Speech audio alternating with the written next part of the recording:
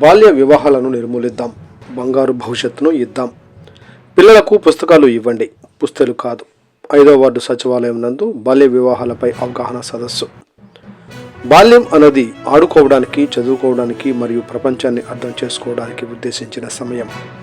కానీ నేటికి సమాజంలో బాల్య వివాహం అనే సామాజిక పిశాచి అనేక మంది పిల్లల కలలను చిదిమేస్తోంది అని ఆవేదన వ్యక్తం చేశారు.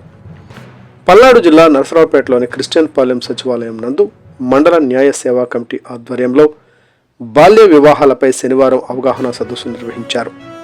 ఈ కార్యక్రమానికి ముఖ్య అతిథులుగా legal aid council, Mary Blessina, needs NGO, CSW Prem Kumar, two town police department legal volunteer తదితరులు పాల్గొన్నారు.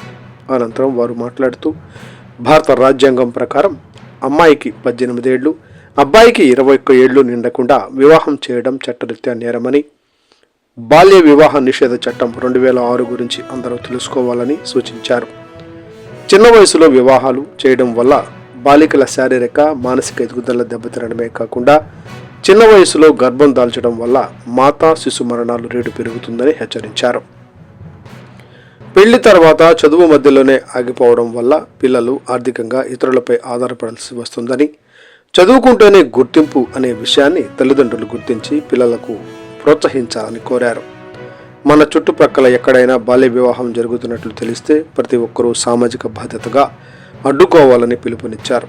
తక్షణ సమాచారం కొరకు 1098 లేదా 100 నంబర్లకు ఫోన్ చేయాలని, సమాచారం అందించిన వారి పేర్లు అత్యంత గోప్యంగా ఉంచబడతాయని తెలిపారు. ఈ కార్యక్రమంలో సచివాలయ సిబ్బంది మరియు స్థానికులు